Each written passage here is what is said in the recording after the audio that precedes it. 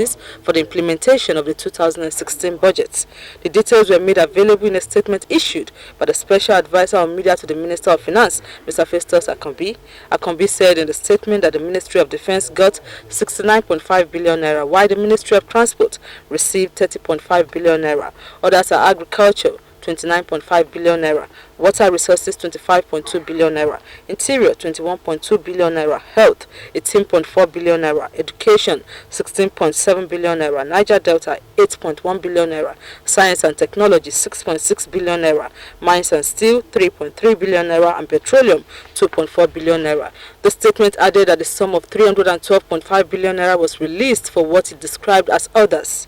The Minister of Budget and National Planning, Senator Udoma had said that the total amount of 753.6 billion naira already released for capital expenditure this year was the highest in the nation's recent history, even during the era of high oil prices.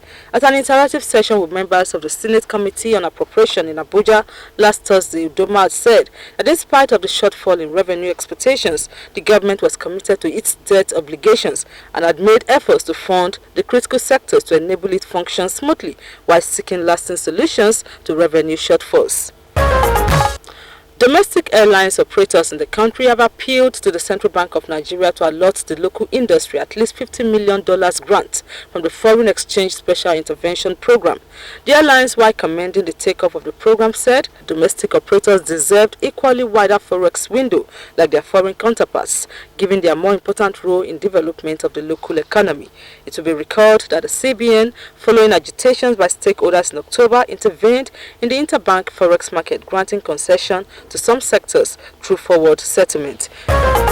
The Manufacturing Purchasing Managers Index (PMI) stood at 44.1 index points in October 2016 compared with the 42.5 recorded the preceding month.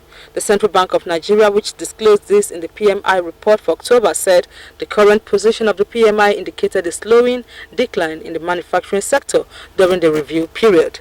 According to the report, 14 of the 16 subsectors surveyed recorded declines in the review month in the following order: electrical equipment, primary metal, fabricated metal products, petroleum and coal products, transportation equipment, computer and electronic products, printing and related support activities, non-metallic mineral products, plastics and rubber products, furniture and related products, paper products, textile, apparel, leather and footwear, cement and chemicals, and pharmaceutical products. The remaining two subsectors grew in the order: appliances and components, and food, beverage and tobacco products. Also, it showed that 42.3 index points, the production level index for manufacturing sector, declined for the 10th consecutive month, but at a slower rate than the index recorded in September 2016. Meanwhile, the naira appreciated to 465 naira to the dollar on the parallel market, as was predicted last week. But on the interbank forex market, the spot rate of the naira closed at 304.75 naira to the dollar. With business news, I am Joy Uzo.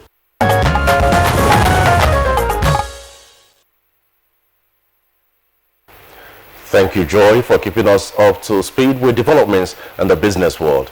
And now it's time for newspaper review.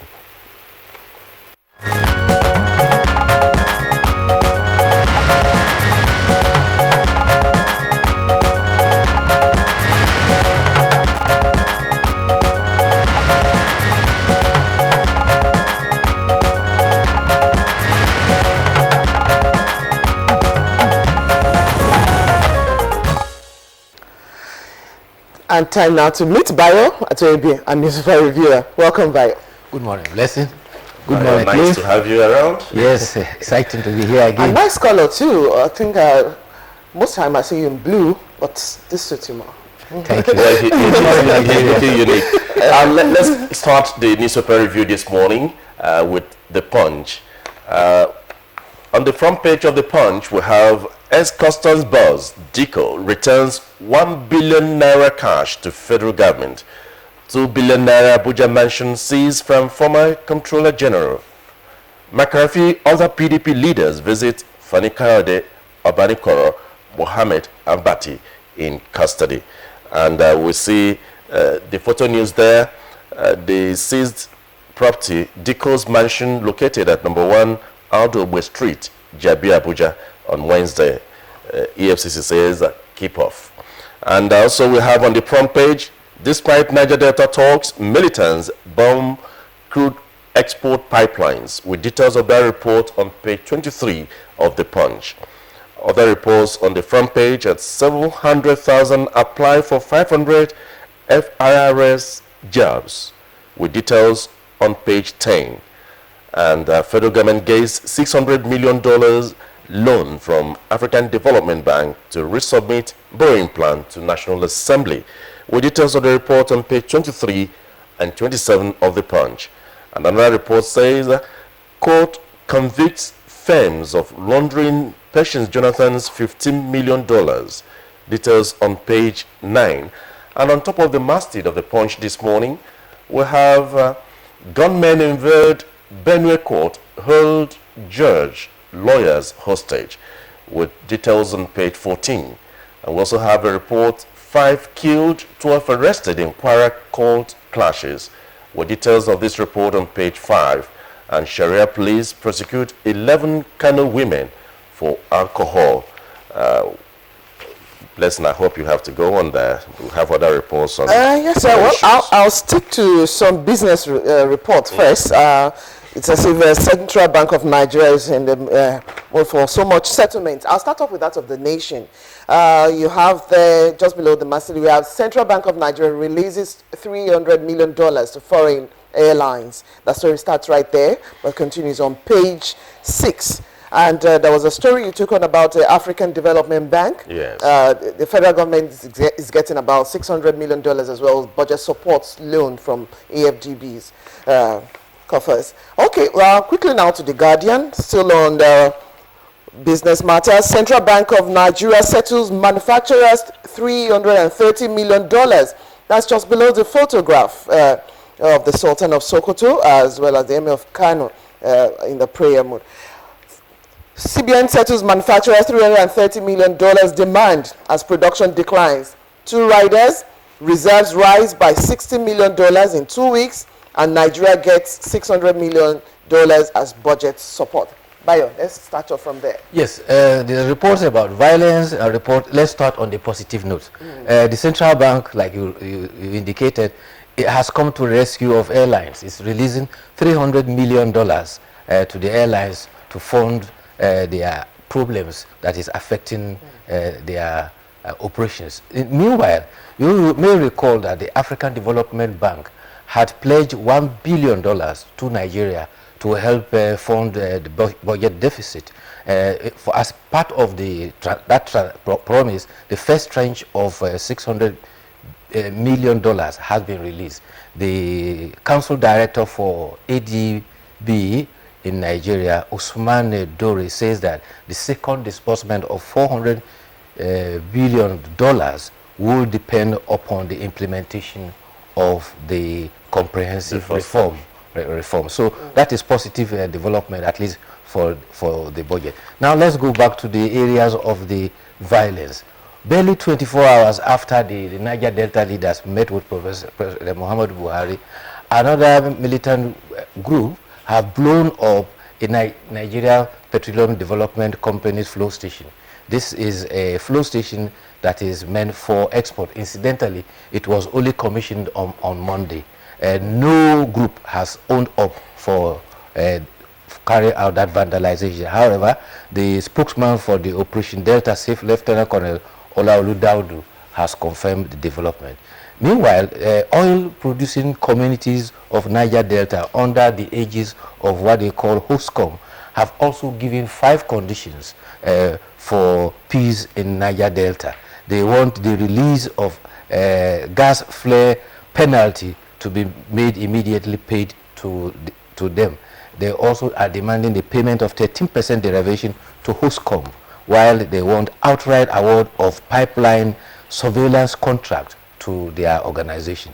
They also want a creation of host land directorate in the Ministry of Niger Delta Development.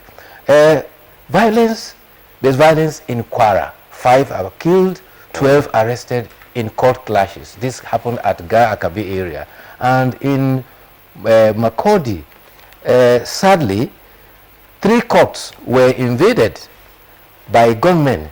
In fact, the invasion was at a magistrate court, a high court, and also an upper area court. At the magistrate court, at the upper area court, they carted away some computers and accessories. At the high court, they took away the refrigerator and the computer set. At the magistrate court, they broke into the office and took away a computer, a gen set, and other accessories. In fact, one judge at the high court was in fact in office when they raided. Upon, incidentally, where the location of the raid is less than 500 meters away from the police headquarters in Makurdi.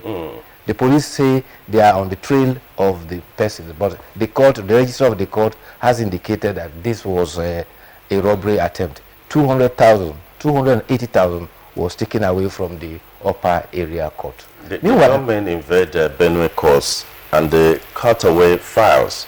The New Telegraph captured it that way. Yes. And on the other hand, the work of the EFCC, that's the anti-corruption, we see that 100 billion or 1 billion naira has been surrendered to the federal government. That is in Punch, where we have that. And also on the other hand, as it relates to the court, we have,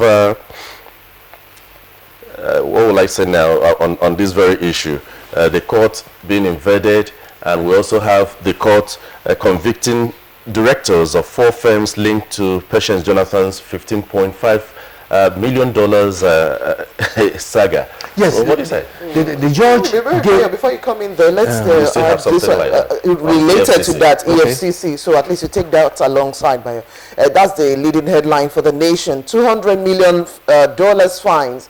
EFCC probes Adoke, Gusau, and Anduaka.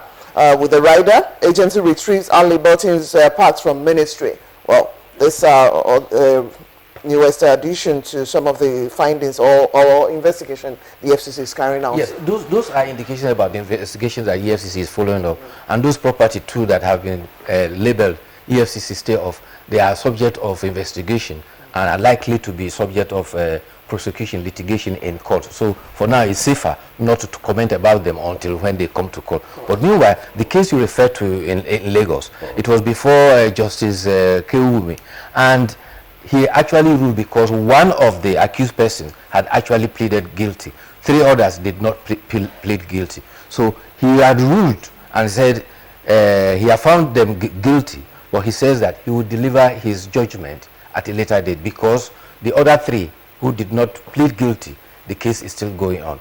He also refused to make an order forfeiting the amount to the federal government because there's already a pending litigation on the issue, because the former First Lady has come out to own up that it belongs to her, and she has also filed a case, a suit in court challenging the FCC and the commercial bank involved, and therefore it is sub judice.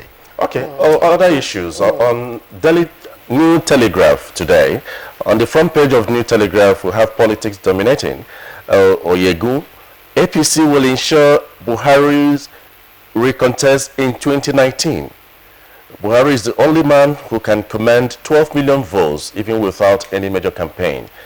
That's what the story is saying there. And on the other hand, we have PDP leaders visit Fani Kayode, Obanikoro Abati, Mohammed in EFCC's custody, with details on page 5. And also politics-related rerun polls. Senate threatens to shut down, gives INEC December 10 ultimatum. Senators pass PIB for second reading.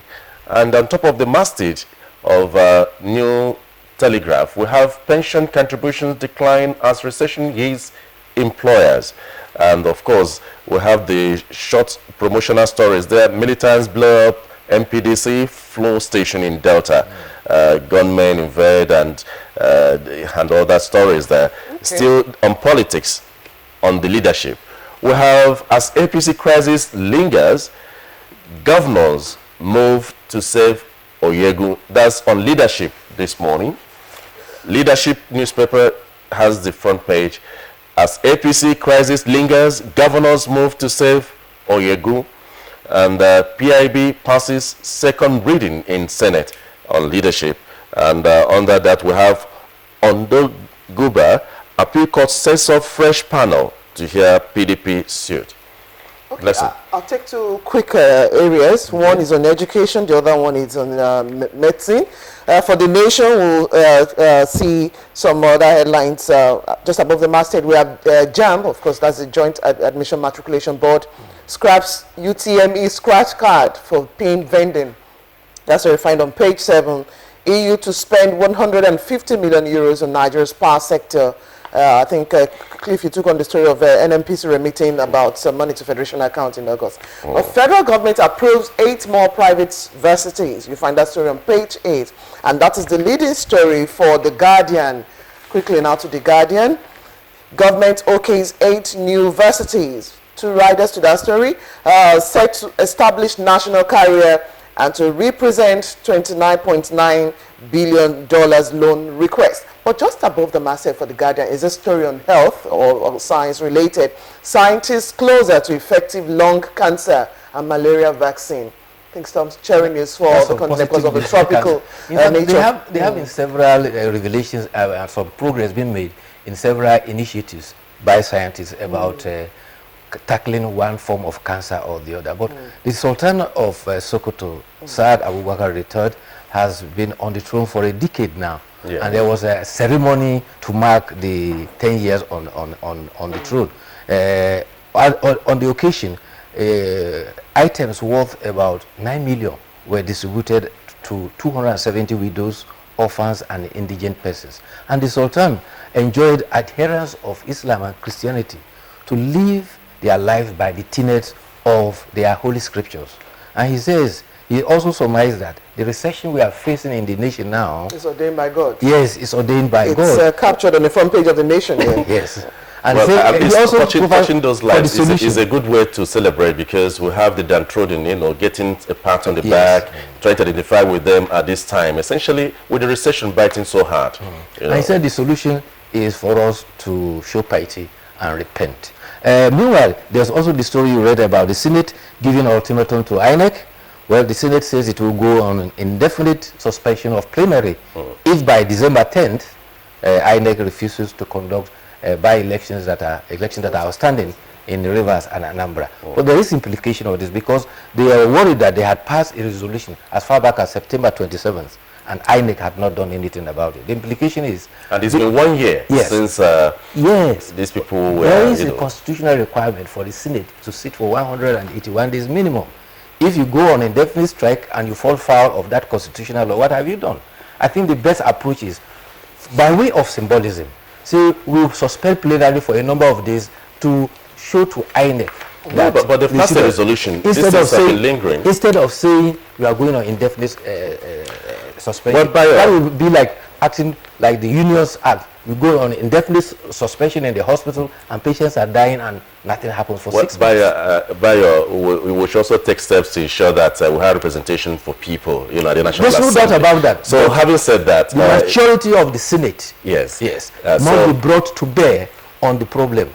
Symbolism to show their resentment about a resolution, not a law. That's why they're taking these steps. Yes. So, Bayo, I would like to say special thanks to you for also being here today to look at what is trending on the national dailies today. Well, thank you so much. Thank you for having me. This is Good Morning Nigeria, and our focus will center on external borrowing plans of Nigeria in a moment. Nigerians. Suicide bombers are not spirits. They are not ghosts. They are human beings like you and me. They live amongst us. They are your neighbors. They are your friends today, but terrorists tomorrow. So you must know your neighbor now. Security begins with you and me. Know your neighbor. Be vigilant. Be security conscious. Report suspicious persons, objects and movements to the police and other security agencies. The security of our nation is a duty for you and me.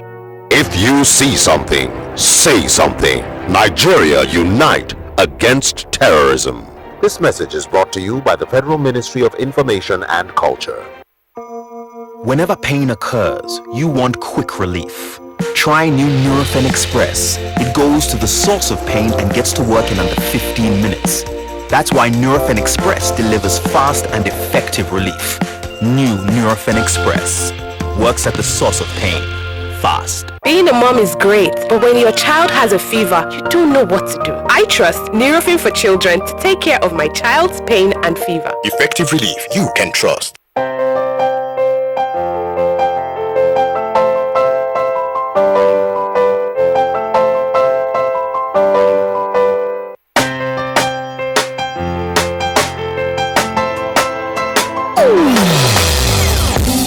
Hear the call of change.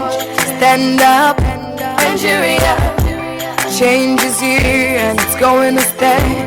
Change begins with you. Oh yeah, make we go. Go to so let the change begin from within. Look at you, okay, ruler. Change begins with you and me. Change begins with me. Change begins with me.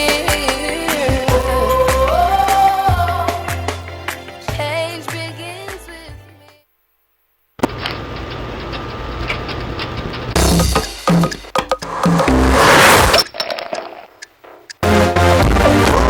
The jam, pump it up while your feet are stomping and the jam is pumping. Look at the crowd is jumping. Pop your jam and push up your hand. You know say me fast and plenty like sand. Jump up and dance, make them understand. To me energy could have never be contraband. Them say me hype and excited because no boy can hype like me.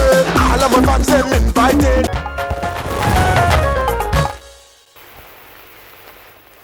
That's my need.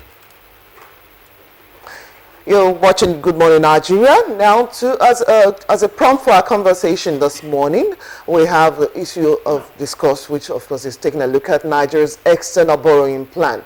Well, Omotola Mojola has put together this in this background that what you're about to see. President Muhammadu Buhari, in letters to the President of the Senate and the Speaker of the House of Representatives, requested approval for an external borrowing plan of $29.960 billion intended for infrastructural projects across the country between 2016 and 2018. The plan, according to reports, targets infrastructure deficit in agriculture, education, health and employment generation, among others. This detailed information not provided in the letter to the Senate has been cited as a reason for the Senate's refusal to grant approval. Beyond the recent events between the executive and the legislature on borrowing, Nigeria's debt profile experts have traced to the early 80s, and like most developing countries, the impact has not been so pleasant. While some say that some of the external debts were unavoidable and could have positive impact on growth and development, the case has been the other way in the Nigerian debt chronicle. With an all-time high of 12.8% in 2007 on the debt profile, Nigeria, through the efforts of President Olusegun Obasanjo and former Finance Minister Ngozi Okonjo-Iweala, were able to get the Paris Club to write off some $18 billion out of Nigeria's debt then. This led to a reduction in the debt of the nation, keeping the nation steady at 9.6% between 2009 and 2010, and unfortunately rose again gradually by 2011 to the present stage, placing the country almost back at where it began at 11.5%. By the information provided by the Debt Management Office, Nigeria's debt as of 2015 stood at $64 billion, and 84% is owed locally, while the remaining 16% comes from foreign loans. With such a high debt profile and considering the fact that the nation is in recession, some experts question why Nigeria should borrow at this time. Some others suggest the option of sale of some national assets or borrowing as a way of quickly exiting the recession. Perhaps because the sale of the public asset has been unpopular with the public, the option of borrowing becomes preferable. Questions some experts have been asking include what is the repayment plan, looking at how much debt servicing impacts on the nation's revenue and the current price of oil in the international market. There are also issues of transparency and accountability, considering the history of the nation and mismanagement. Some social commentators have also asked how some of the recovered looted monies could be used to fund the country's budget. Stay tuned as experts on the program provide informed perspectives to the issue.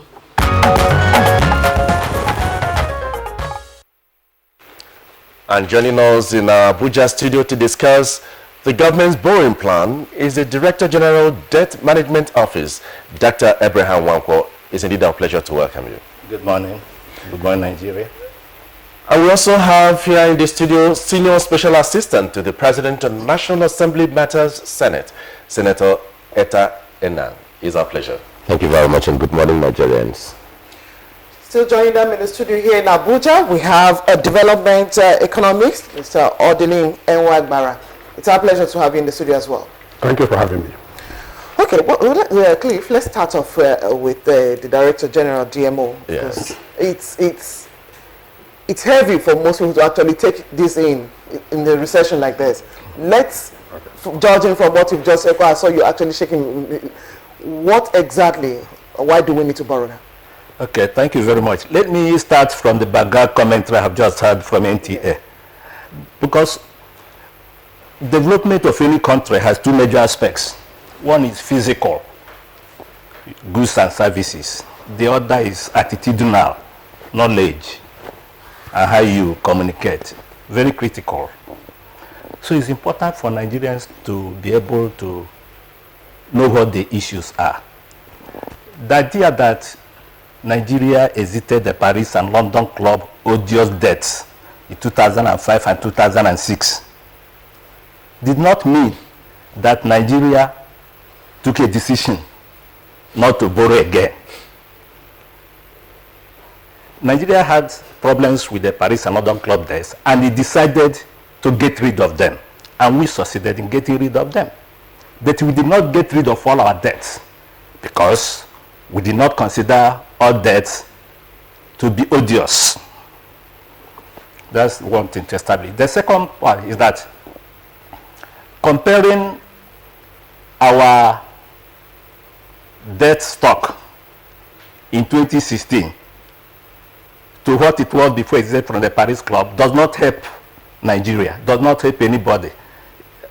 It's more like we are teaching our children the wrong principles.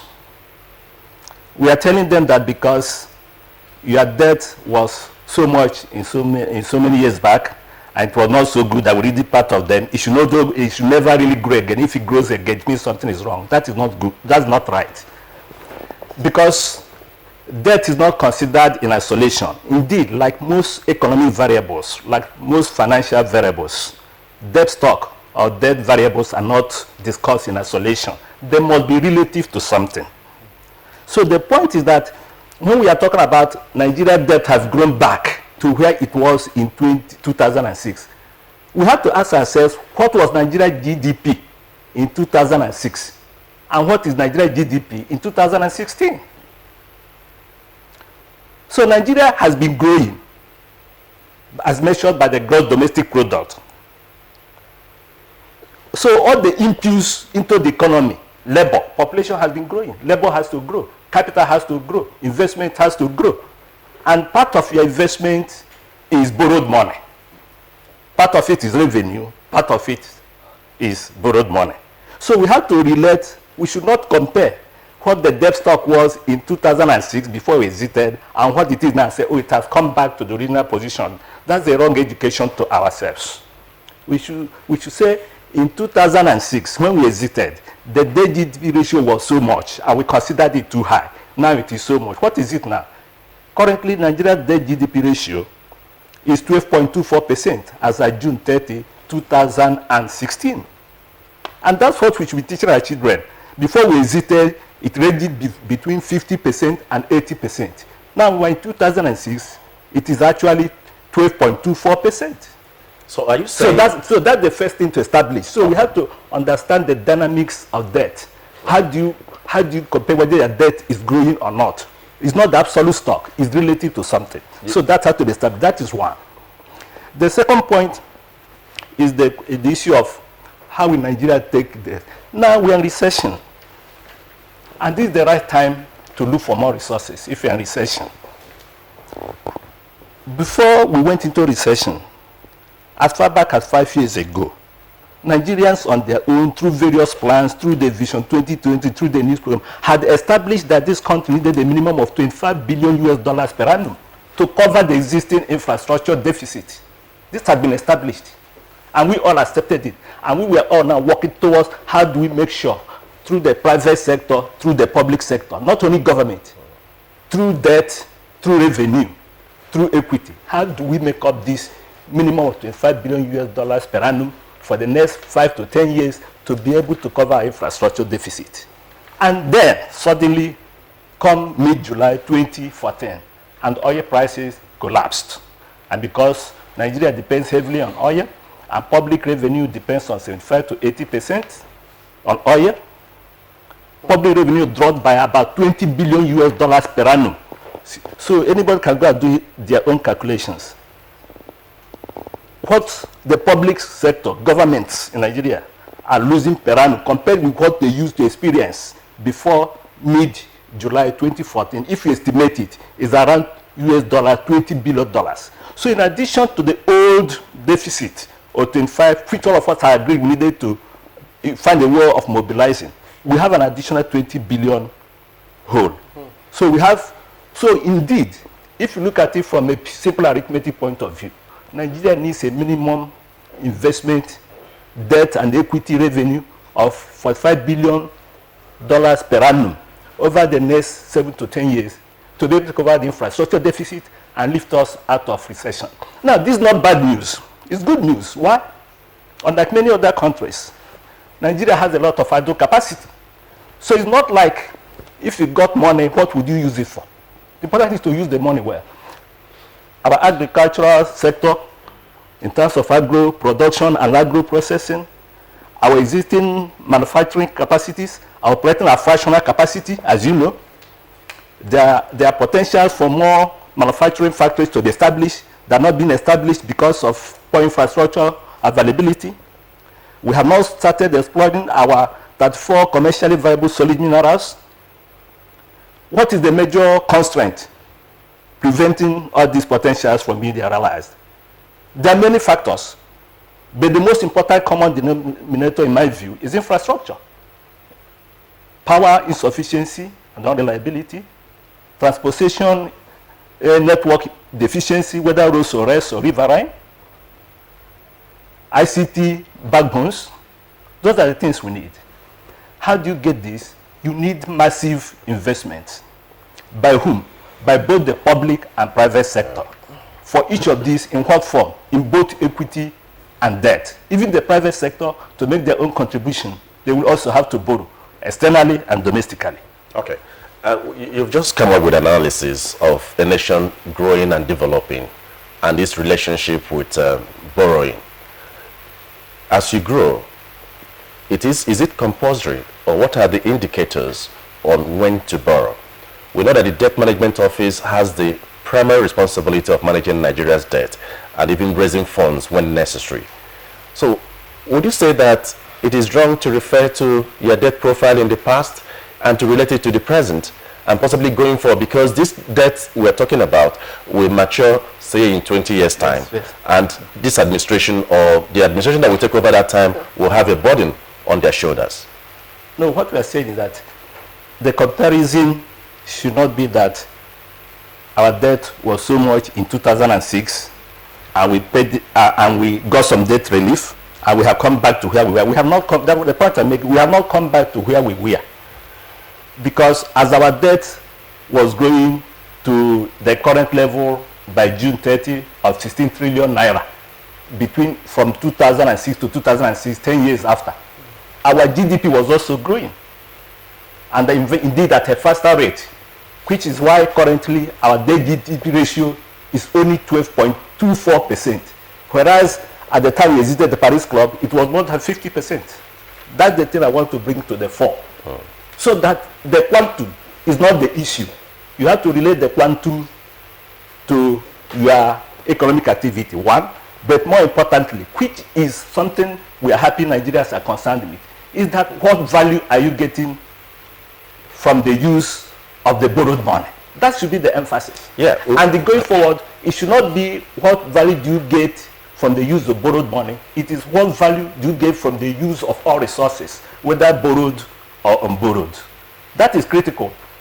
And that is very critical for public debt managers, because talking about ability to pay, your ability to pay is that you're able to use these resources in a regenerative way to grow the economy, so that it will break even, you're able to service your debt, and you're able to now start earning returns, surpluses, which you now use to provide other goods and services for the people. And that's why, in my opening remark, I emphasize the fact that the good thing about Nigeria is that by providence, up to now, we still haven't started exploiting our resources.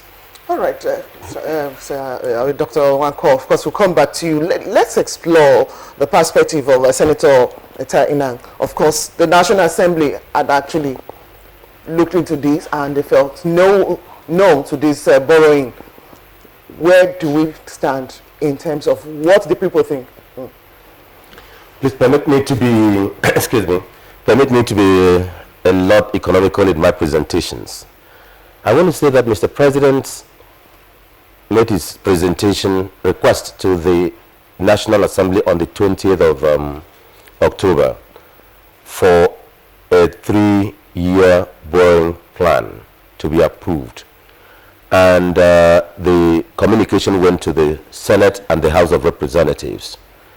Each of the chambers is now to consider the request. Now, the Senate has considered the request. The request is being considered in the House of Representatives. So it is not correct that the National Assembly has rejected the request. Now, even in the Senate, the distinguished senators did not yet go into the debate of all the issues, but they just looked at the request prima facie, and in my opinion and understanding of legislative procedure, they have not said do not borrow. They have simply said we are not yet committing the request for consideration. And there are certain, in my interaction and in the interaction of with the leader of the Senate, because the executive works through the leader of the Senate, the deputy leader of the Senate, and the leaders of business and the minority leadership. There are certain questions which they would want to ask. Now, these questions, in our opinion, sometimes are asked at the time that the matters are committed to the committee. But for now, the request was not yet committed to the committee. Now, we take what has happened on the floor of the Senate and the action of the distinguished senators, that it is what you call in law striking out and not a dismissal. When you have an application, when you have a matter before the court or before any forum, and it is struck out, it simply means that you can represent, you can come back and provide further details or such other thing. But on the floor, in plenary, from the votes, from the Hansard, reasons, deeper detailed reasons were not given. But we are not, as a legislative liaison, we are working with them. The Mr. President's team is getting together, consulting. We've provided as much as we know as the reservation of the legislators. Now, I have said in this program twice, and this is the third time I'm going to say it, that any time the legislature is not a rubber stamp. Everything, and if you take everything there and they pass, then there may not have been the need to have a legislature. The legislature is a refinery, is a filter, is a check, is the goalpost of the people, for the people. So when a matter is presented before them, they will, if they don't ask certain questions, they may simply step it down or stand it, strike it out or stand it down. That request, as of today, is still pending on the floor of the National Assembly. So Nigerians should not be worried. They should not be disturbed. Nigerians should be comforted by the fact that the National Assembly in considering the 2016, 2017 and 2018 medium-term expenditure framework, had also considered the borrowing plan of 2015, 2016, 2017 and 2018, and had passed it. And this was the basis for taking out the aspect of the borrowing, the aspect of that, and including it in the 2016 budget, saying we shall borrow a total of, or some not exceeding, about 1.8 trillion. I think I'm correct. Okay. 1.8 trillion.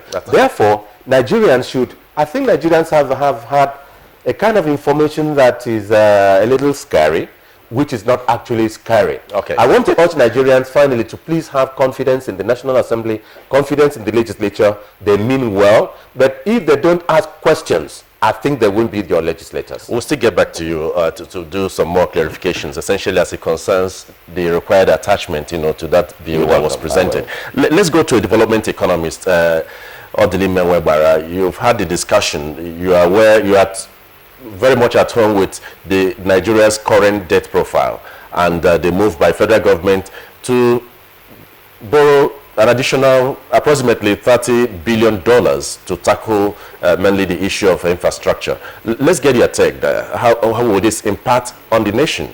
What are your views at this point in time?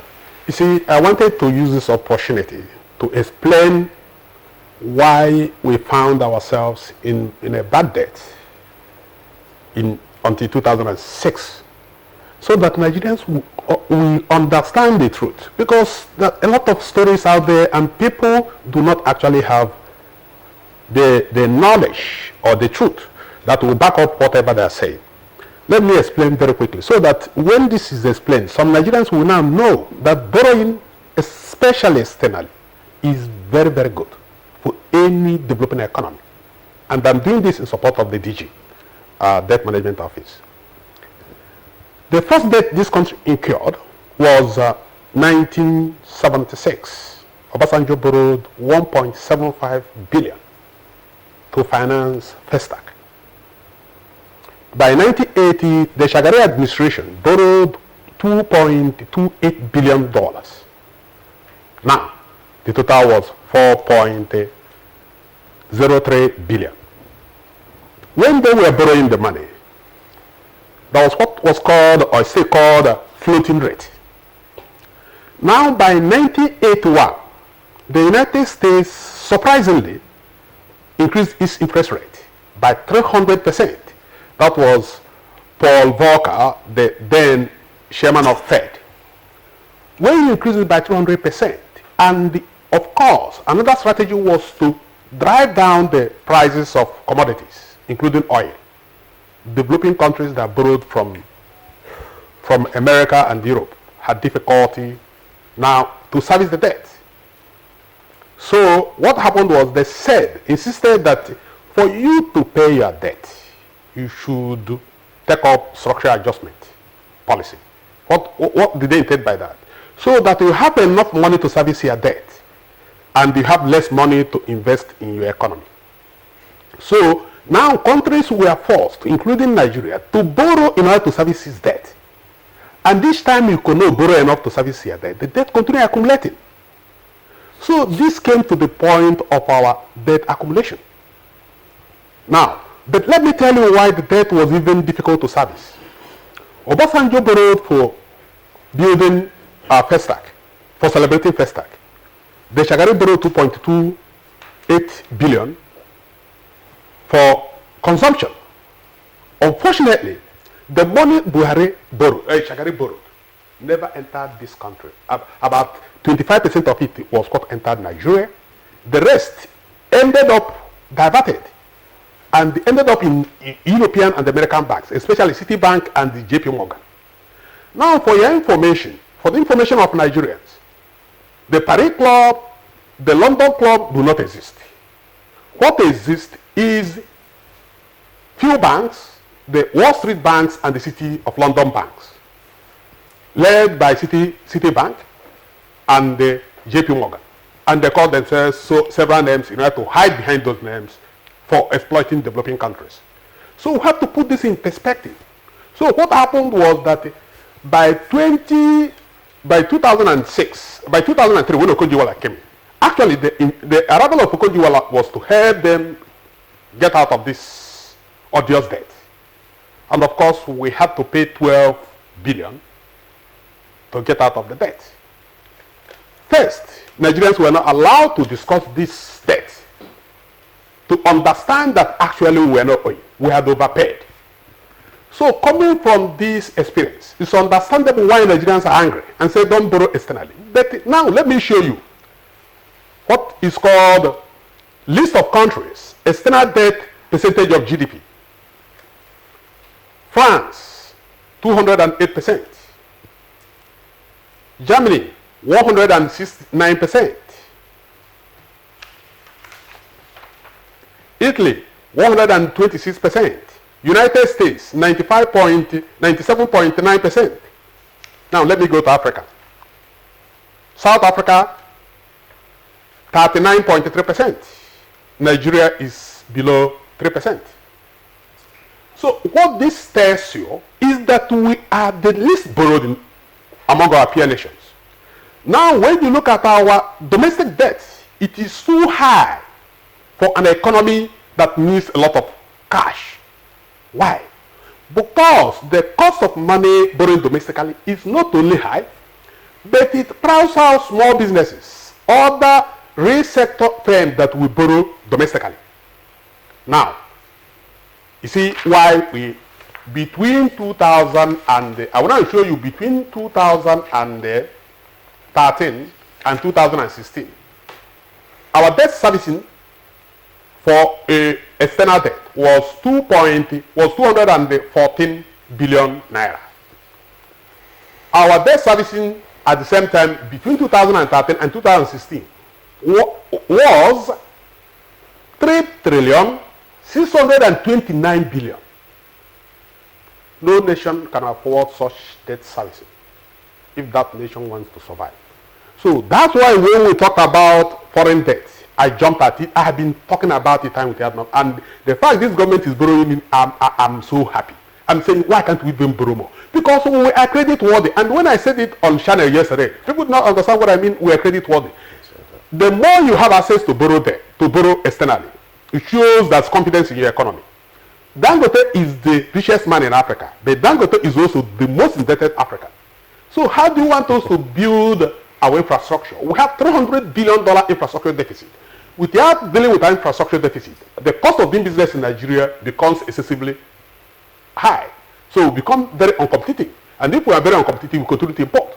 So we must support this government to borrow even more. The only way I have a caveat, the only caveat I have is that you must support it with enough information to show that this money you are borrowing is going to be wisely invested in something that will grow the economy. And if it grows the economy, it creates jobs, and also it lifts us out of poverty, and as well grows our GDP. Okay, so that's the only concern I have.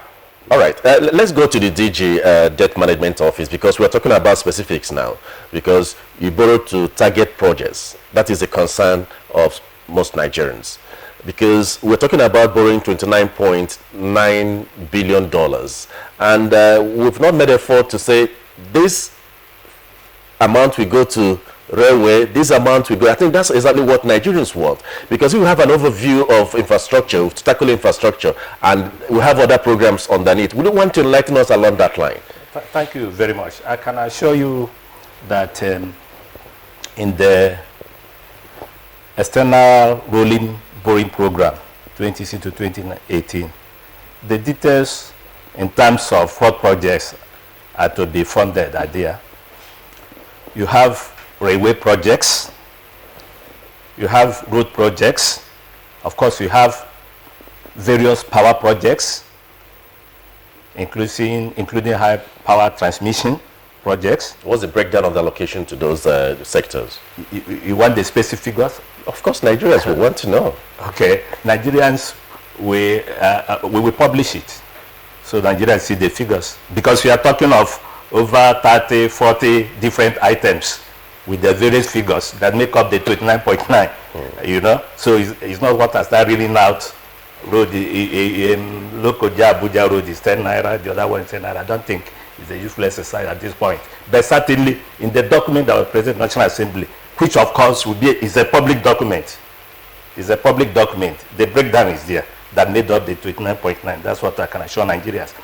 And let me emphasize in terms of composition that it covers projects that are specific to various states and projects that are also nationwide. That's how to be taken into account. It covers agriculture, it covers rural water supply, it covers transportation, it covers rail transportation, it covers power. It covers specific projects and programs which states of the Federation have subscribed to. In terms of monitoring, let me also emphasize that if you borrowed from World Bank, for example, the World Bank must demand details of what you're using the money for. That is one. Secondly, is that there must be project documents, feasibility studies. Otherwise, they wouldn't discover $1. That's obvious. The third is that they do establish monitoring teams who work with Nigerian desks in the Ministry of Finance and Ministry of National Planning and Budget Office of the Federation to monitor the projects. They don't just disburse money and walk away. The World Bank, the ADB, the Islamic Development Bank, the International Fund for Agricultural Development, they monitor their projects. And they cannot disburse money to you unless the project documentation has been well done, and of course they must participate in the monitoring of the projects. It's also important to mention that for this type of loans, which are multilateral loans or bilateral loans, the disbursements are not in bullet form. It's not like if the National Assembly approved the 29.9 billion borrowing, which is over 3 years, emphasis, it is over 3 years. The money is not going to disburse as a bullet, 29.9 billion. So how can we manage 29.9 billion in 1 day or in 1 year? No. For each project, there's a disbursement schedule which relates the cash flow to the workflow. For every project, there's a workflow. Where does it start? After 3 months, what stage will it be? After 1 year, what stage? After 2 years, if it's a 3-year project to complete. So, and between the borrower, which is us now, Nigeria, represented by the Federal Ministry of Finance, and the MDA that is relevant, if it is power, it will be Ministry of Power, Housing and Works and Housing. Okay, if it is a power project. Now, they cooperating with the Ministry of Finance and working with the lender, the World Bank, for example, will be monitoring the disbursement. So the World Bank is not going to disburse all the money for that power project at a go. It's going to be disbursing according to as the work is being done over the number of years that the project is supposed to take. If it's a 3-year project, the money will be disbursed over 3 years.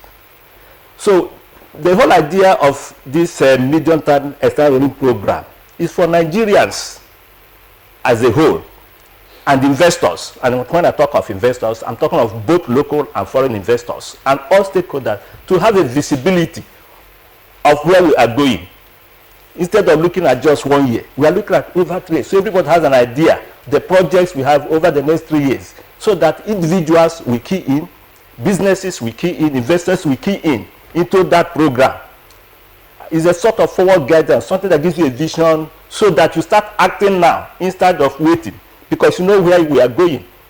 So that's the whole idea. Okay, you've made your point there, but one aspect of it, I know there are two components to this. There are ones you get on in terms of conditionalities or the terms for these loans.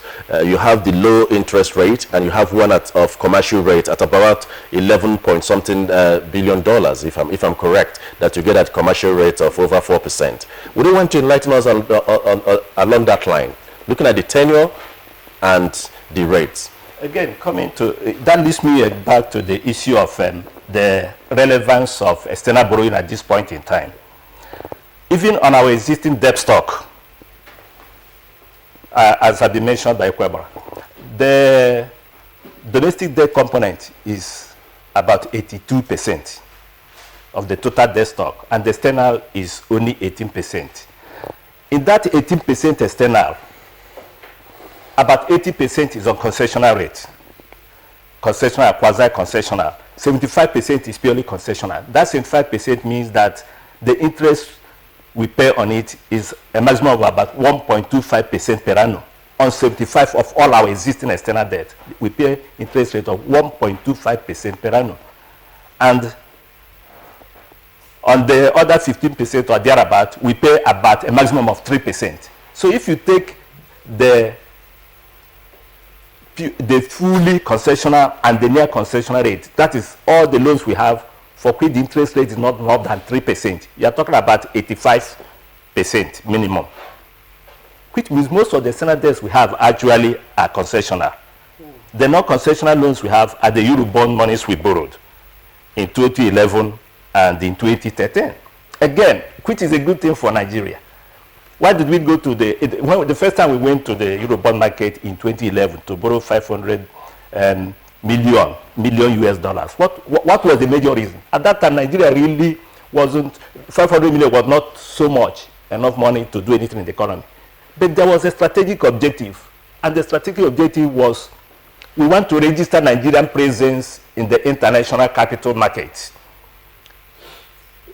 Because when the sovereign is operating in a particular market, it becomes easier for its businessmen, its citizens, to have access to the same market. Yeah. We know that Nigerian corporates need to also borrow money from those foreign markets to be able to boost their businesses. So we opened that window for them. So the point I'm making is that going forward, much of the borrowing we are doing now too, over 75%, over 80% of them are from concessional windows. Okay? The tenors, because we are a little now a blend country, as you know, we are no more purely an either country, because we are going to a mid-income status, or we're already there. We need to consolidate that. Now, the loans that are in the borrowing program before the National Assembly their tenors range from 15 to 30 years. The tenors, so they're still very long tenors. And then they have moratorium periods of between 5 and 10 years. So this shows that these are long-term monies, and the interest rates are not more than 3% for over 80% of them.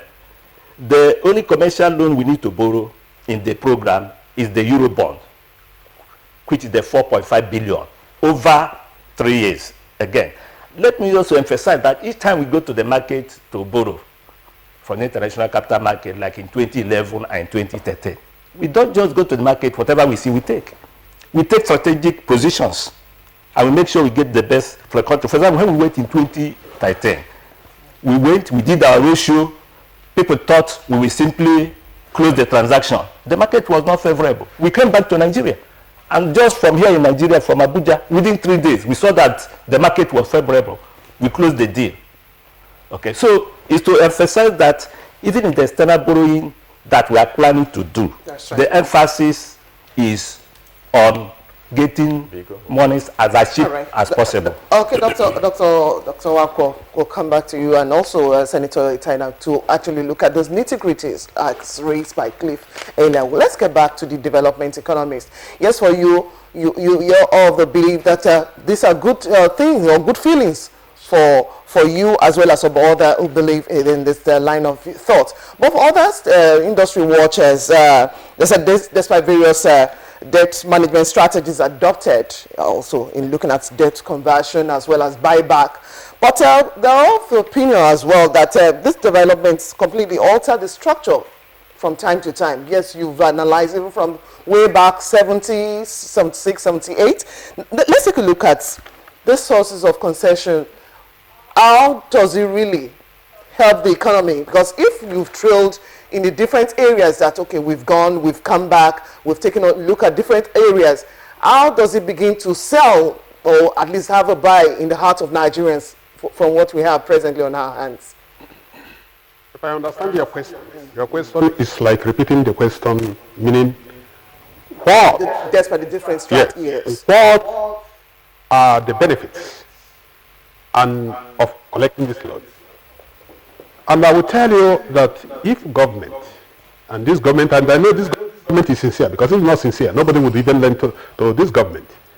What this government has come up with and it must involve so many Nigerians, are those critical sectors of the economy that they have thought very carefully through, that if we invest $1 borrowed money in any of them, the return on the economy or return on capital will be about 50 cents. And that over a period of time, maybe over 10 years, we must have quadrupled the value of that investment. Then Nigerians will jump at it. And I will be so glad to even support them to borrow more. But when you are borrowing it, be clear where you want to invest the money. Because also possible that you can move the money from one sector to another. Then that is where I'm concerned. Let this government come up with a roadmap on how to deal with our power sector. And say, look, we want to borrow $40 billion in the next 5 years to deal with power sector, maybe move it to 25,000 megawatts. That every Nigerian that understands that is a game changer will jump at it. If federal government say, you know what, we want to invest in dams in order to irrigate our soil and things like that, and we want to invest $10 billion to do that across the nation, all of us will jump at it. If federal government say, you know what, in order to industrialize this country to help small businesses, we want to build 36 industrial parks, world-class 36 industrial parks, where you build the industrial parks with the cluster services, including power, everything. So that small businesses do not necessarily need to go and get land, get this, get that. You just get there based on the type of business you are doing. You go to the right cluster and you start, industrial park with the right cluster, you start doing your business. These are the areas I think this government will go into. And the issue of road network and railway, I say, if I were to advise the government should have no business with road network and railway, because if we show an investor that there will be high return on investing in this, which is possible, the government has not explored that, I will assure you that over $100 billion will enter this country to meet our road network, railway, and even aviation, that is air transport. But these are the things government has to come up with. But you see, I'm against borrowing and later we think how to spend the money.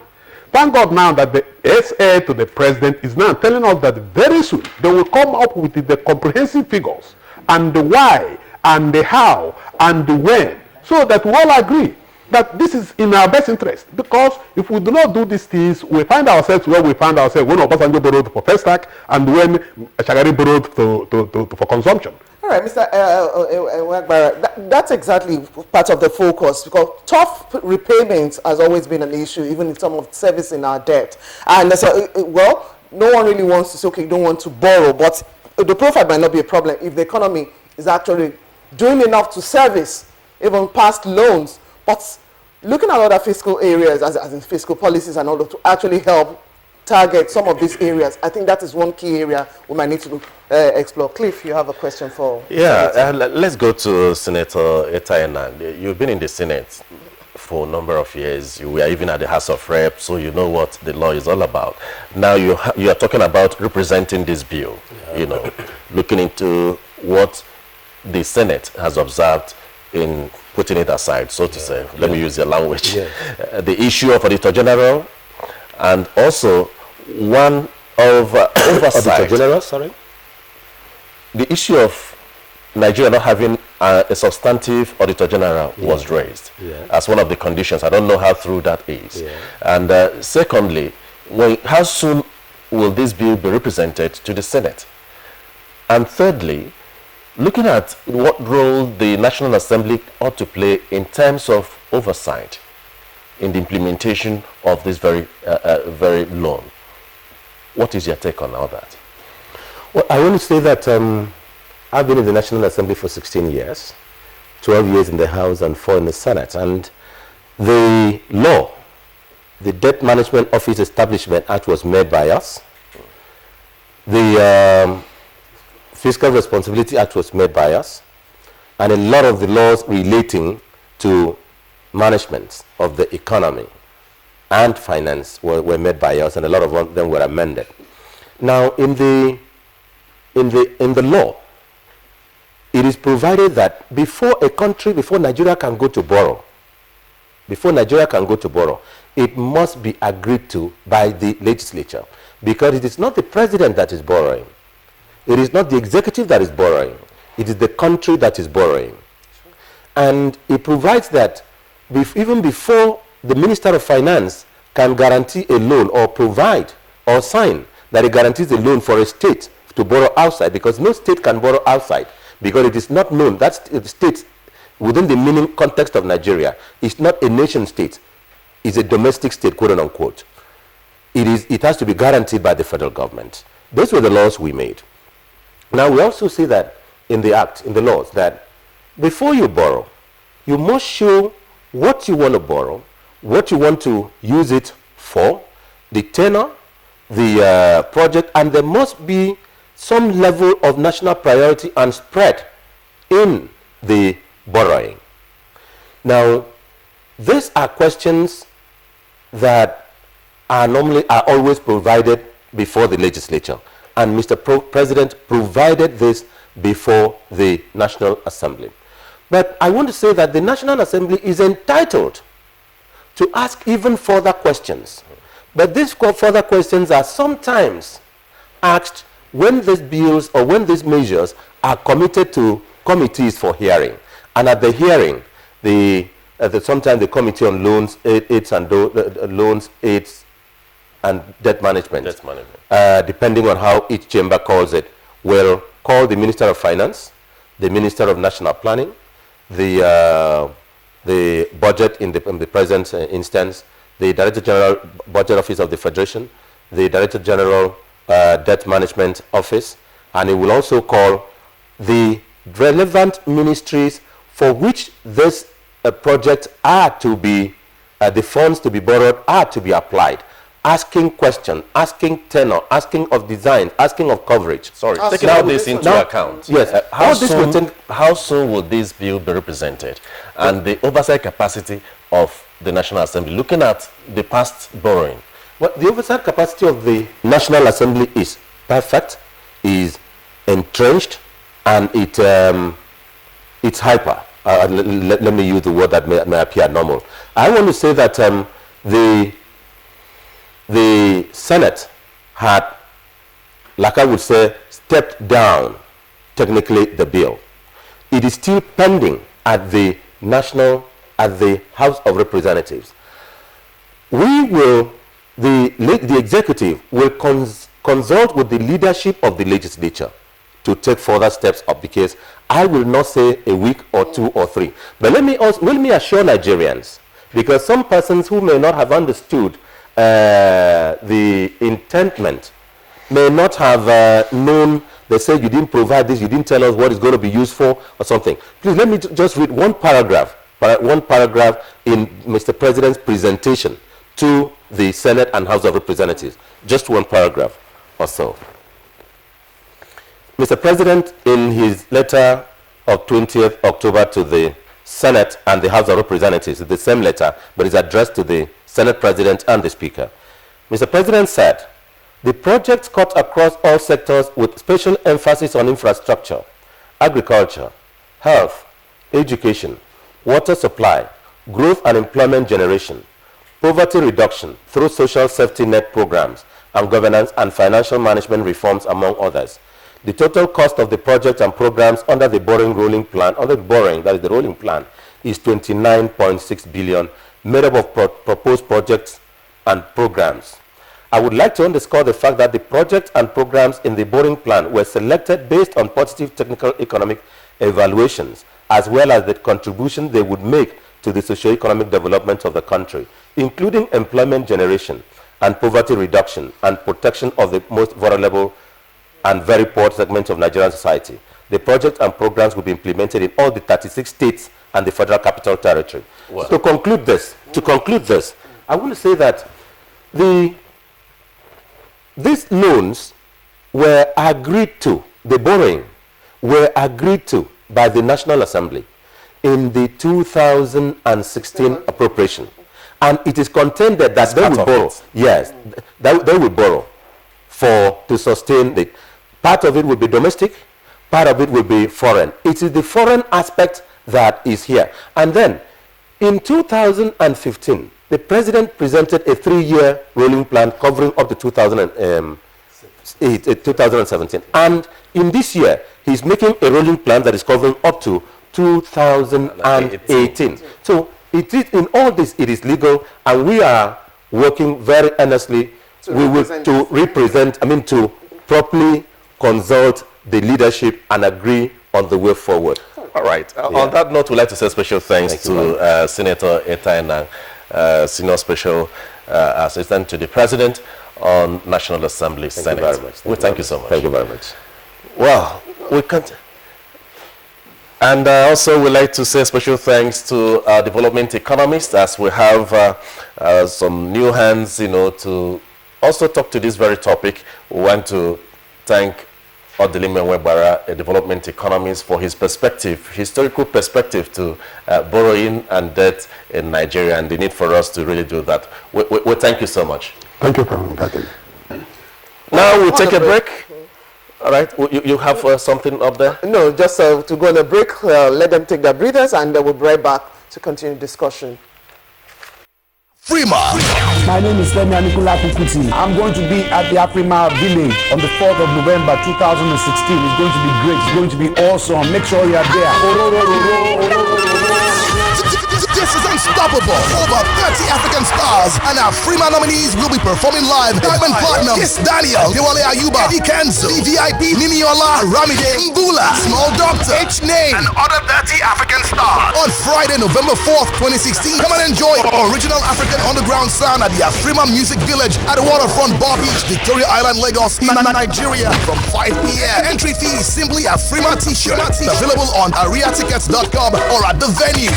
Afrima is an initiative of the African Union Commission and is brought to you by Lagos State Government with support from One Campaign, Access Bank, PRM Africa, and the Federal Ministry of Information and Culture. Africa will be unstoppable. Afrima, for hope, for celebration. Hey! Would you like some water? It's cold, especially for you. Which era are you living in? We have a fridge. When everything else in your house is from the present, then why are your toilet cleaning methods from the past? Harpic, all-in-one for you. Compared to other toilet cleaners, Harpic removes top stains, kills all germs, and removes bad odors for a shining clean and fresh toilet. Wow! You should also take the Harpic all-in-one challenge. Who are you, and what is your predicament? Please, I'm looking for Candy. Who is living here? In this compound? Oh no, this is a premises. The compound is an amalgam of chemicals, and there is no Candy living in this premises. This week on your award-winning comedy series, Professor John Bull, starring Kanayo Okanayo, Mercy Johnson, Queen Wokoye, Funky Malam, Bimbo Akintola, Ime Bishop, Yomi Flash Lanso, MC for God. Who was you? What was you found? Actually, I look at you. I going to look for my sister. I know you are poor. Yeah. You was found the place. Call me. Okay? So somebody. She's definitely not my sister. Shut up! Professor John Bull, fasten your seatbelts this Tuesday and Friday, 8:30 to 9 p.m. on NTA Network, International, and Star Times. It's absolutely bombastic. Over and out. The largest data network, Glow, grandmasters of data. If you just tuned in, you're right in time for the second part. Well, let's take a continuation of our discussion, taking a look at external borrowing plans by Nigeria. And we're still having in the studio the Director General Debt Management Office, Dr. Abraham Wanko, still seated. But joining him right now, at least other two gentlemen, to take a look at other areas in this external borrowing plan. We have joined us Mr. Osita Okechukwu, is the Director General Voice of Nigeria. We'd like to welcome you to the program, sir. Good morning. Also in the studio here in Abuja, we have an economist and policy analyst, Mr. Niyi Akinsuji. You're welcome to the program. Thank you so much. Good morning. Okay, Nigerians too have been itching to actually join us, and they've been sending in their tweets. So we'll quickly take a look at some of the tweets that we have received, and we'll continue with the next set of questions to our guests. From Mike Anyako, we have the country should borrow to reflate the economy out of recession. Senate recently has been doing things to frustrate the federal government. And Stanley, in his tweet, says, it's not good for us to borrow now for the sake of infrastructure when people are hungry. Rice importation should be banned now. From Ibrahim Tudu, he says, internal and external borrowing are part of governance. When there is accountability and transparency, there is nothing to worry about. And from Olushola A, he says, my plea to all Nigerians is to stop politicizing situation and focus on how to make Nigeria great. Amaka Shalom says, we succeeded in getting rid of our debt before. Who will get rid of them if we borrow now? And Chibuzo Jonathan writes, how much is the maximum amount a country can borrow? Because I see us keep borrowing. And Amaka Shalom again says, borrowing may sound easy, but paying back will definitely sound difficult. Use your tongue to count your teeth. Well, and there's one again, final one from Law Alpha C. He said, it is unfortunate that the Senate frustrated President Buhari's move to cushion the effect of recession. Maybe poorly presented. No, well, Osito Kechuku, you are here, and you've had all the discussions that have been the issue of strengthening institutions to drive this, because in other climes, you know, we see that the institutions are strong. Once you have projects and policies, you can go to bed and it will just drive it, you know, without concern. But here, concerns are being raised due to the poor institutional framework that we have on ground. What is your take on that? Thank you very much. Let me say that I'm refreshed when the Director General of the Debt Management Office told the Nigerian people that most of the debts are nationwide. So part of the problem on the streets had been, oh, it's not getting to our place. And earlier he had said that no project that is undertaken by the federal government of Nigeria is done in the air, that it transpasses one territory or the other that's within the state called Nigeria. And the distinguished senator Etan also explained that it was not rejection, that the Senate actually did not reject the loan. What they said is that they needed clarification. So I'm impressed with that. And as you said, the little I could glance from what the DMO said is that he talked of transmission. I was once in the Ministry of Power, and the meeting they were having was the fact that there were generating companies that the power they generated could not be transmitted. That we need a super highway so that all that is being generated that need to go to the national grid will have an access. It's very difficult to explain, but those who are in the industry will tell you that a lot of electricity is being wasted because we have a narrow transmitting line, so that part of the loan is to get a super highway whereby no matter what, if you do waste to electricity, if you do coal to electricity, if you do water to electricity or gas to electricity, you have a conveyor belt to drive your electricity where it's going. It's not it's not noticeable as people might see on the air. Then also there is also the other aspect that I also cherish, the creation of wealth. That is to raise more millions of Nigerians out of poverty. The difference is that a former head of president of the country, President Olusegun Obasanjo, told us of creating 25 billionaires. 50. No, he said 25. He said 50. His target was 50, and he created 25. 25. Okay. I think this program is about lifting people out of poverty, not creating billionaires per se. Because if you are borrowing, for instance, to invest in agriculture, what you are trying to do is to reduce importation of food items from abroad. I talked with the Minister of Water Resources, and I was asking him, what is all this thing about Mambila? Because I saw it in his roadmap. He said Mambila is not about electricity only. That over some thousands of hectares of land will be irrigated because it's a big dam. Not only that it's going to produce about 4,000 megawatts, which is exactly what we have today, but it's going to irrigate thousands of hectares of land that will put more farmers on job and also reduce food importation. So there's a cocktail. Since the Senator Tanang said that the distinguished senators did not reject the loan, I was impressed and happy, because I have always asked myself, when a family, a nuclear family, as a father, your family is hungry, and the resources you are using to feed the family is getting low, what do?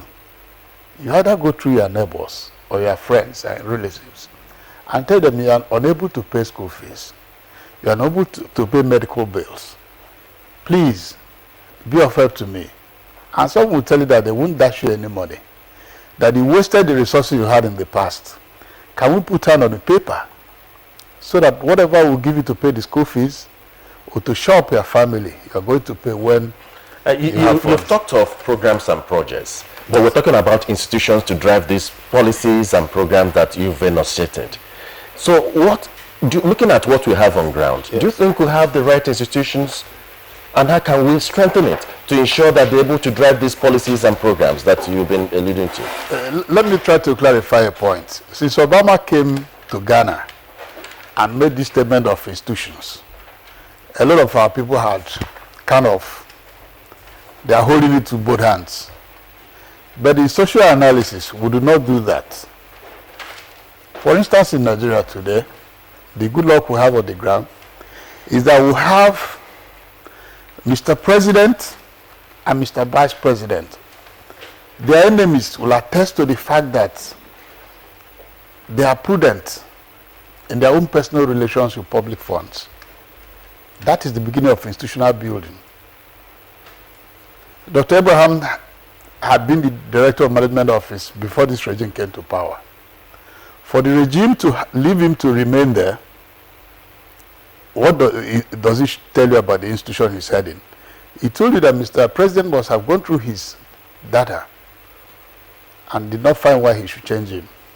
So that same leadership is foundation of institutional building. The foreign creditors, they are aware. The integrity quotient of Mr. President and the Vice President before they agreed even to borrow us money. So to build the institution has to start with persons. Because persons are the institutions. The institutions are not blocks in the classroom. All right. So they are human beings. Okay, Chiko, thank you very much, Director General, Voice of Nigeria. Now, we introduced Mr. CG earlier. Earlier. Now, let's take a look at your own perspective. What are your greatest concerns? For some observers, they're saying conditions are likely to come with this loan and said huge currency devaluation. I've been listening to other guests. Where do you stand? Well, I think Nigeria has passed the benchmark, as it were. A close study of the body language of multilateral institutions, especially the World Bank, would show, even the IMF would establish the fact that these institutions are actually expecting us, to come get this credit. It's a needed credit. It's like they share empathy with the kind of potentials Nigeria has, and that any committed observer and understudy of the Nigerian economic situation will know that the Nigerian economy is just waiting to fly. We have not taken off. It's an economy waiting to happen, We've had the good fortune of population. We have the good fortune of resources. We have the good fortune of agriculture. We are just waiting to happen, and these international bodies are actually aware of this. Don't forget that they do their feasibilities before they take a position. We even need just a small threshold of negotiation to key into this credit that we're talking about. My concern is not exactly about how to apply the credit when secured.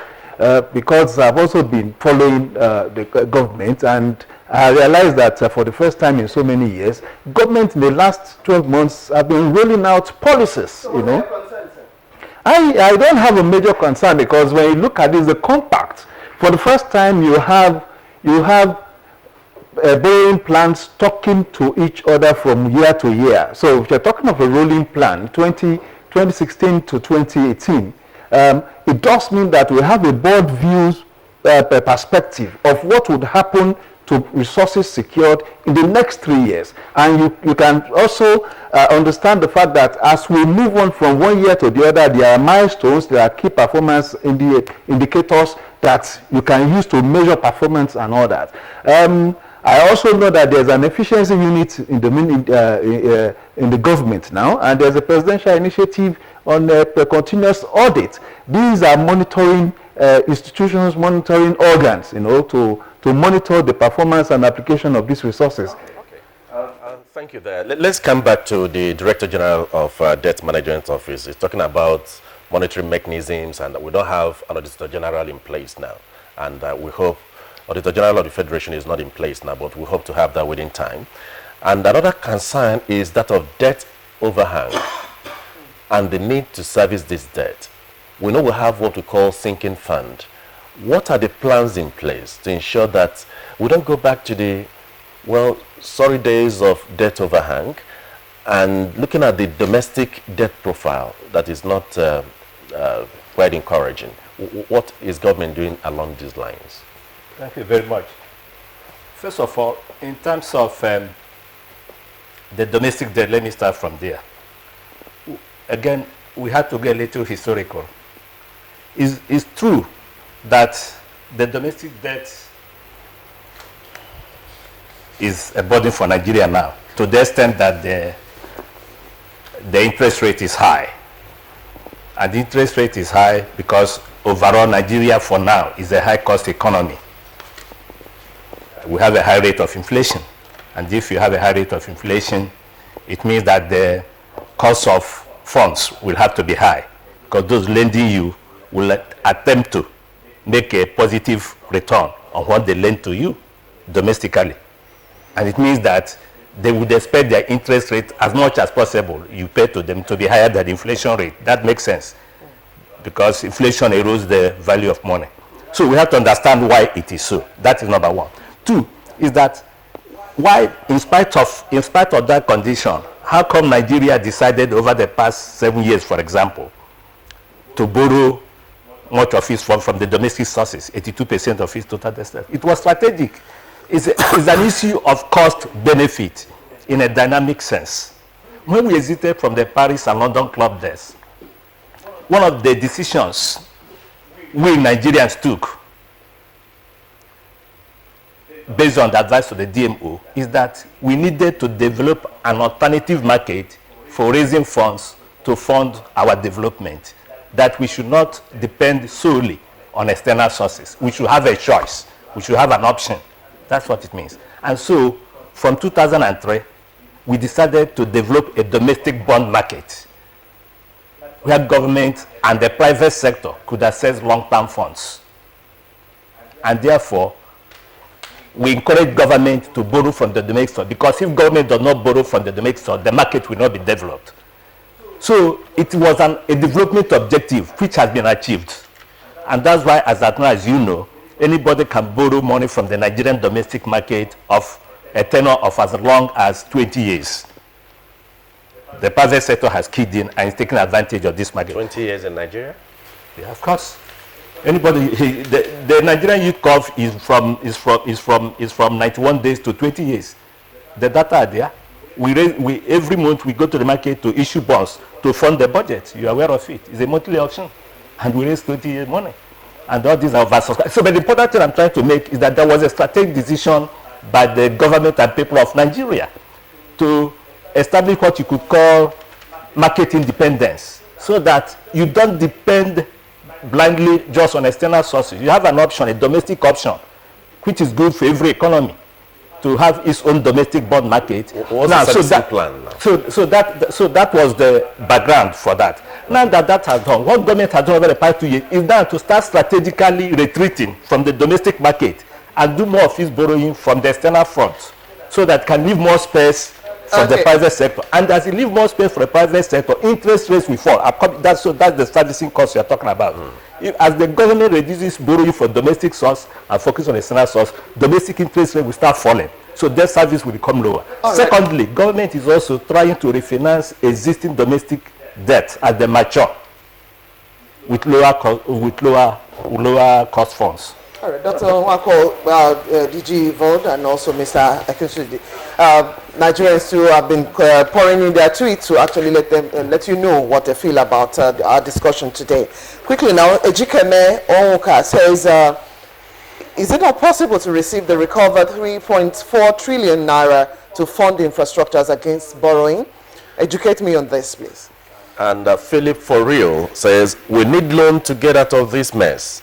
We should not play politics about this. Nigerians need to be oriented. Well, the media, please help. That's what we're doing. And from Amaka Shalom again, if the World Bank has been monitoring all the monies borrowed, how come where we are today? Please, Oga, don't borrow. And of course, donators, Abo, these loans are overvalued as the fees, monitoring consultants included. Sometimes the money to do the actual job is less than 60%. Talking about monitoring consultants and all that. And from Abdullahi Onusabi says, if we don't want to remain in present situation, we have to borrow to fund infrastructure developments. And Solomon Chikwe says, Nigerians don't be alarmed. Debt is not about the sum, but about its relation to economic quantities. It should be looked at in ratio terms. From Clifford Agugosi says, if we have viable, strong institutions, the issue of buck passing on borrowing by successive government does not arise. And Kingsley Abo writes, Buhari should look inwards to stop all executive financial recklessness than subject us all to 30 years slavery of debt services. Okay, quickly, DG Yvonne, of course, we're on the last stretch. We're closing remarks, of course. Like I said, debt profile itself is not a problem if we have the management of such. What is your closing remark on what we should do? My closing remark is that I think that the loan we want to borrow, in fact, we should encourage Mr. President to borrow more for infrastructure, because the little organization I manage, we spend about 16 million every month on diesel to augment the transmitter stations, and I think that NTA will be spending more than we do. And even a small hotel being run in the local village, the high cost of the hotel room is because of electricity. The barber shop, the high cost of the barbing is because of electricity. Whatever you do in this country, you're already paying through your nose because of deficit in infrastructure. So whatever we could do to erase the deficit on infrastructure, both in our schools, both in our hospitals, it will be the greatest this regime will do for the country.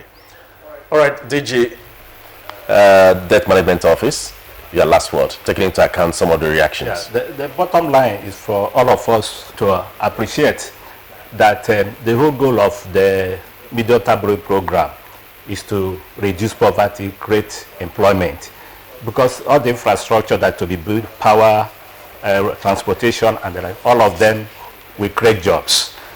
And then there will be a second round of jobs because of the provision of this infrastructure. The real sector, agriculture, manufacturing, solid mineral processing, ICT, they will also boom and create a second round of employment and income generation and poverty reduction. So the whole idea of borrowing is to augment resources. But as we borrow, let us appreciate that government is doing everything to make the ease of doing business, to be very easy of doing business, to raise the pitch of ease of doing business, so that local and foreign investors will massively also invest in the economy, while government is playing its own role. Government is also making sure that is encouraging the private sector to participate in public-private partnerships. So we are using all the options. Okay. Let's have your last word, Niyi Akinshiji. Yeah, there's a need to reduce our mystery index. That's the hardship, was otherwise known as the hardship index. The quality of life in Nigeria, as it were, over many years, it's not exactly exciting. And once we start investing in infrastructure, and especially social infrastructure, education, health, and all that, it will impact our mystery index. And I hope that this loan will go a long way, starting with providing physical infrastructure and all that greenfields projects to move us down the mystery index. We are not supposed to be here. Okay, Mr. Niyi Akinshiji, economist and public policy analyst. We thank you so much for being part of our program. Blessing. Also, would like to thank the Director General, Voice of Nigeria, Mr. Osisi Okechukwu. Thank you for joining us on the program this morning. And also, the Director General, then Management Office, Dr. Ibrahim Wakwa. It was a pleasure having you on the program. Well, thank you all so much. As we move on now on Good Morning Nigeria to our companion segments, we go to sports. And Super Eagles technical advisor Yenot Roy has now invited South African-based goalkeeper Daniel